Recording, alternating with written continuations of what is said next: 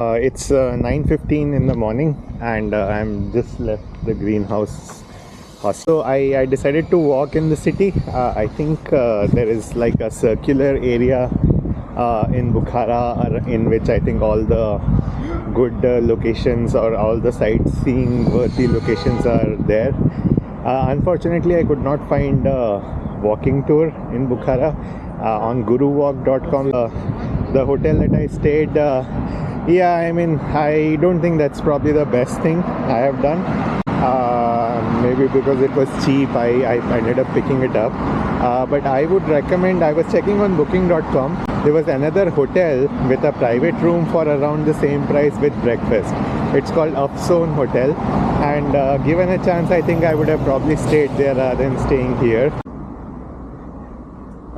The first view of some historic, I think historic structure. This is called Zindan. I was looking on the map, and seems like this was a prison. The structure is not completely renovated. It still has the old charm to it, which is good, which is nice. Actually, this is very fascinating to see that in Central Asia they used bricks very extensively. There is no usage of any kind of rocks or stones like this is how they did it in India. I think it is because finding stones and rocks on this area is extremely hard, so they relied extensively on bricks. This is the entry to Zindan. It was written Zindan to the left. I think they charge 20,000 som to get in. Let me inquire and see. So Zindan actually translates to dungeon in English. So dungeon master. This is the board. Zindan. A typical street of Bukhara. I think these bricks are the new bricks. They're not really the old one, but I think they tried to imitate how it was in the old times.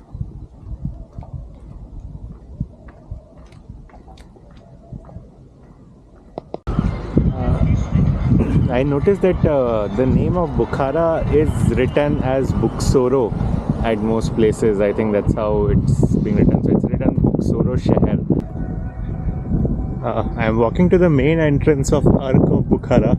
It actually seems like a fortress or a fort. Yeah, I think I'll only know once I reach the front gate. This is how the walls of the Arc of Bukhara looks like. I think the brickwork is probably original from the past, but I think on the top they made the perfect curves on those at the end of the wall. I think that is renovated because it can't be this perfect. There is a double hump camel here. I think the double hump camel, I remember in India, like in Ladakh, in the Hunter region, there were few. I think they bring it from China. I never knew that these double hump camels they are here in Central Asia also. The guy looks very static, as if it's a statue, but I'm sure it's a real camel. I think this is one of the very nice and probably the best and my personal best view till now. There is I think this is a mosque, or this one is the mosque, and then there's this big minar which definitely stands out among all the architectures here in Uzbekistan that I have seen. Yeah, it definitely looks quite exquisite. I think it's brick architecture like the others, and actually they have, I mean, this looks nice. They have not overdone the blue and all those collage thing, which I think I felt that's what the case in Samarkand. So this looks more, I would say, authentic and original. Pretty good view, worth coming to Bukhara, I would say. It probably looks better now because there was sun in the view. So this is how this looks. I think this one is some shopping complex, I guess. And this one is the mosque, and this is the minar or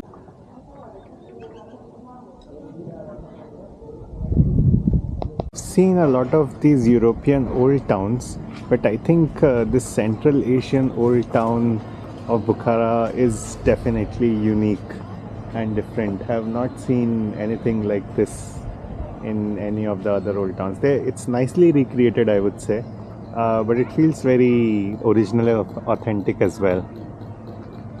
I think these domes at the center, I think this is some kind of a market. I would probably have to go inside and figure out what it is, but I'm really tempted to go inside this place. The place is under construction and renovation, so I don't think I'm allowed to go in. I failed to capture this site in Osh, and I'm sure, I think in Samarkand also there was a lot of like reference to these travelers with camel. This is a very typical representation of Silk Route. This is how I think people traveled from China to the western countries like Europe, with the camels and the person guiding them. In Osh specifically, on one of the roads, they had these large convoy of these statues of camel and horses and people, and it was actually pretty good. For some reason I failed to capture it there, and this representation here in Bukhara reminded me of that. I thought I would capture because I think this signifies the whole Silk Route thing. And from the Osh, I think I am on the Silk Route. Osh to Kokand was on Silk Route. Tashkent, I'm not sure, maybe it is. Samarkand is definitely on, and now in Bukhara, and even Khiva is on the Silk Route. From Khiva onwards, I think the major part of Silk Routes goes south from Turkmenistan to Iran. So yeah, from beyond that, I'll probably not be on the Silk Route. So I'm in one of the restaurants here in Bukhara, and I came in here for lunch. Well, if you don't eat red meat, which would probably be the case if you are from India, or well, if you have personal preference, then options to eat in Central Asia are fairly limited. Like, your only option is probably getting chicken, because vegetarian stuff is not something that most restaurants would sell. In chicken also, you probably have chicken soup, or the most prominent thing that you can get is shashlik, which is the chicken barbecue, and that is what I have ordered here. Yeah, that's the safest bet that you can have, because even their plov, which is like the rice item they have, that also has red meat, and most other delicacies have red meat. So shashlik and chicken soup are probably the only options that you're looking at in Central Asia.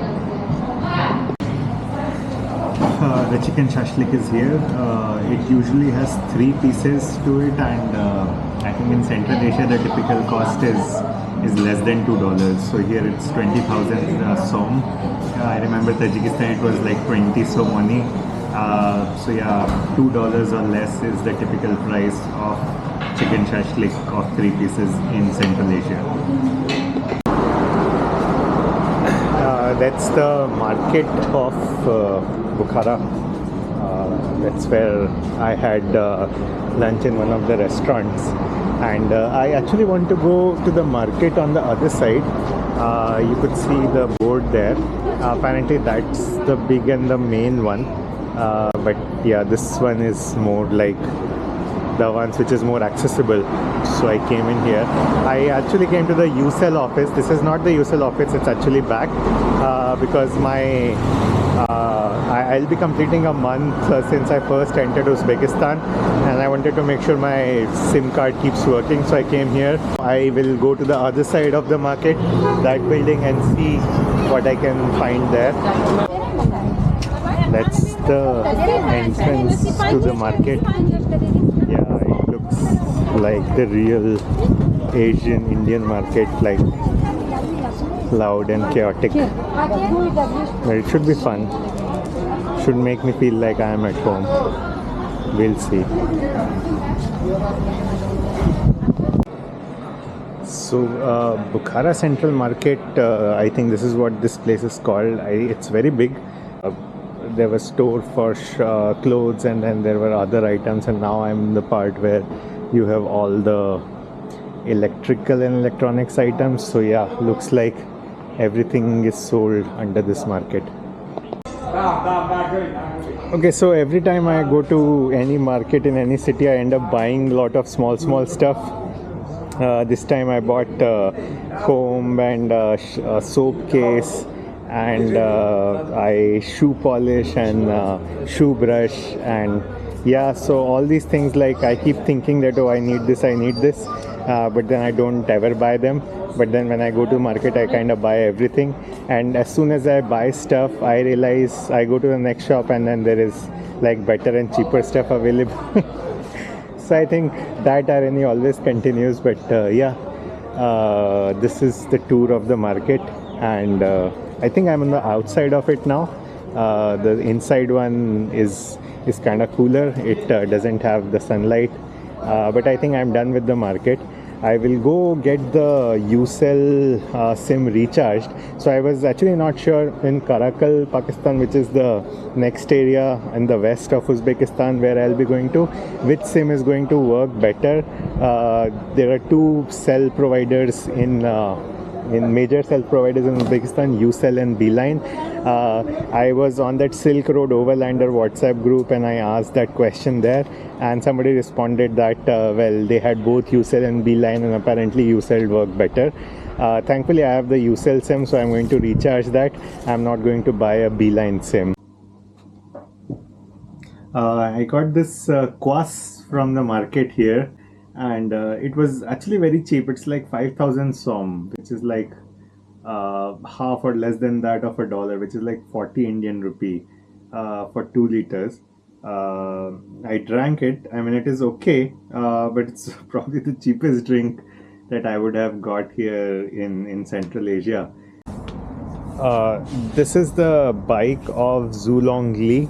It is a Benelli manufactured in China. Actually looks pretty hefty and nice.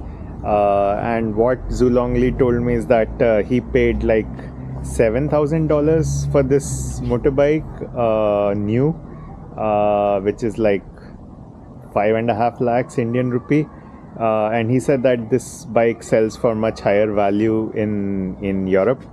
Yeah, maybe the next bike I should go to China and buy from there. Although I don't know if I want to take it outside China, like how much money I have to pay, because these bikers were telling me that apparently to take the bike outside their country, they have to pay some money. I don't know how much, but yeah, definitely a great bike at a great price in China. Wanted to capture this market name. It's Behtareen Market. So well, in India, if somebody asks you which market did you go to and how was it, you say it was Behtareen. So I was passing by and then came across this name Hakikat Kochasi. So Kochasi, I think, is what a street in Uzbekistan is named as, and Hakikat seems like a pretty apt word because it seems like this street has not been renovated, so this is actually the reality, or Hakikat in the true sense. Very apt. Well, when I left Samarkand, I was like, well, all Uzbek architecture is probably the same, and Bukhara would also be the same. But then I'm actually pleasantly surprised with the architecture here. I mean, it is not, I don't think they are using as much as those bluish stones as facades and just keeping the brick architecture most of the time. And that definitely is much more I would say diverse and appealing, because I think in Samarkand the architecture kind of started to look the same and I was not too excited to kind of visit different places. But here in Bukhara, yeah, I mean the whole recreation of the old town, I believe that it's done very well with the mix of being modern stuff and the historical stuff. And yeah, pretty impressive. I'm glad that I came to Bukhara. The name of this place is Khwaja Nasiruddin.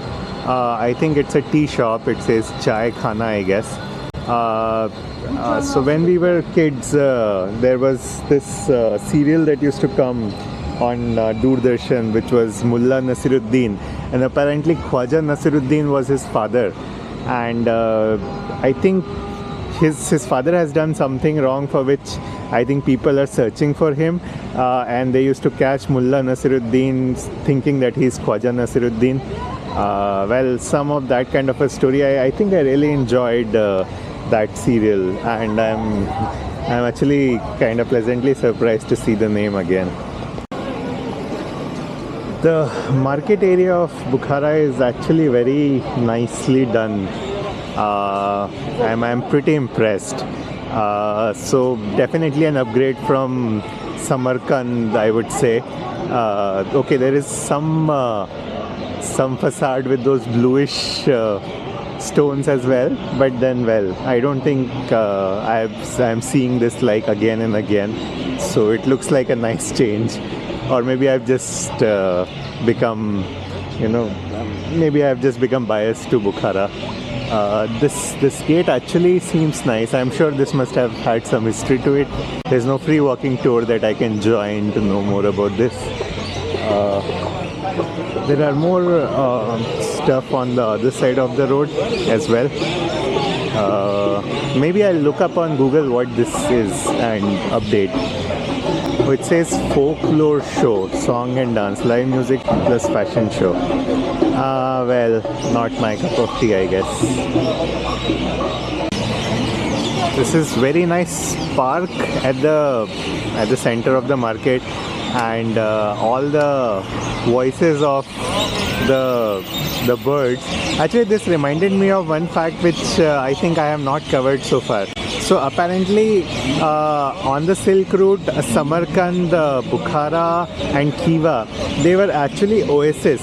So the rest of the land is desert, and these are the three cities where there was water, and there's vegetation and there's birds and stuff like that.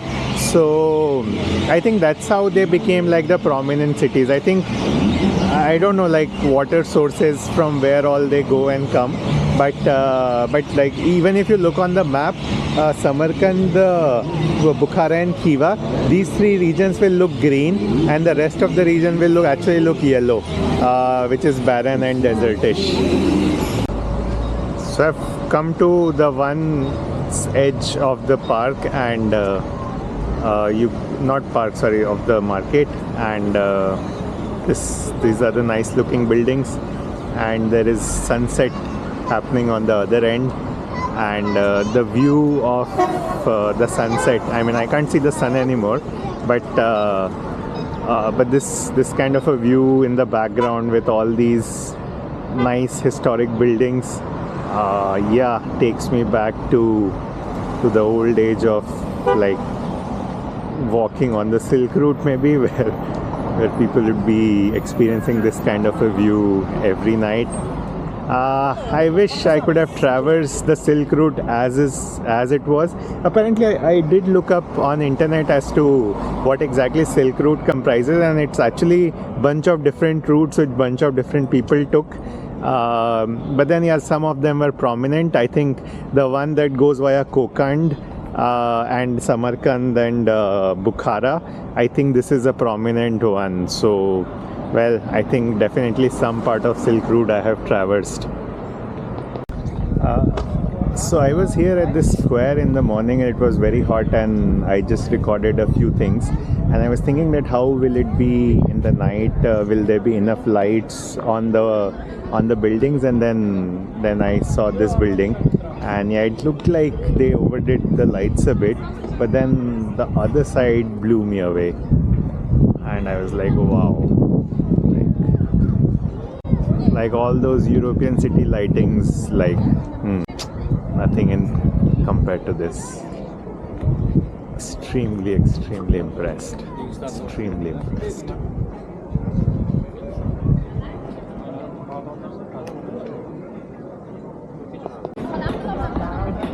I thought I will cover this once again because I don't think the blue color of the tomb got captured. Sorry, not the tomb, the whatever, the and yeah, this is the minar with the very impressive lighting. And oh, there's another tomb. Sorry, not the tomb, the top, the rounded top, which is the blue color thing. And this is the entrance to mosque. This is the mosque, and this is the madrasa, which I had covered in the morning also. It's 9:20 in the night, and I have come to this cafe called Cafe Minor. It has a pretty good setup. I mean, you can see from the back, it looks pretty expensive. But actually, while in the evening I was passing by here, and there are a lot of locals sitting here. So I decided while going back to the hostel, I would stop by here and try the food. Something in the review said that they are good for shashlik, so I thought maybe I'll give shashlik a shot. So I'm here, and yeah, it's a good end to a very good day. I'm still very like fairly mesmerized with Bukhara as a city. I think I came with very low expectations because well, I had traveled a lot in Europe, and then you go from one old town to another old town and it kind of looks the same. That maybe like Samarkand, even Bukhara will have very similar architecture, and probably it's going to be underwhelming. But Bukhara actually blew me out. The architecture turned out to be a lot better than what I thought. Good, but at the same time I'm very anxious about tomorrow because from here to Khiva the distance is 400 plus kilometers, around 444 or something. It's reasonably hot, so yeah, I don't know how I will be able to pull this off. I don't think I'll be able to reach before 4 or 5 in the evening, but yeah, even maybe like on the way when it gets too hot, like stop at some place for like a few hours. But I'm really going to miss Bukhara as a city. Given a chance, I would like to come back to the city once again and see how, maybe relive these moments again. And maybe I'm in too much of awe right now. Maybe the second time I'm gonna come, I'll probably feel like, oh, this feels normal. But anyway, this feeling is also a feeling which I should acknowledge and I should honor. And yeah, so far so good.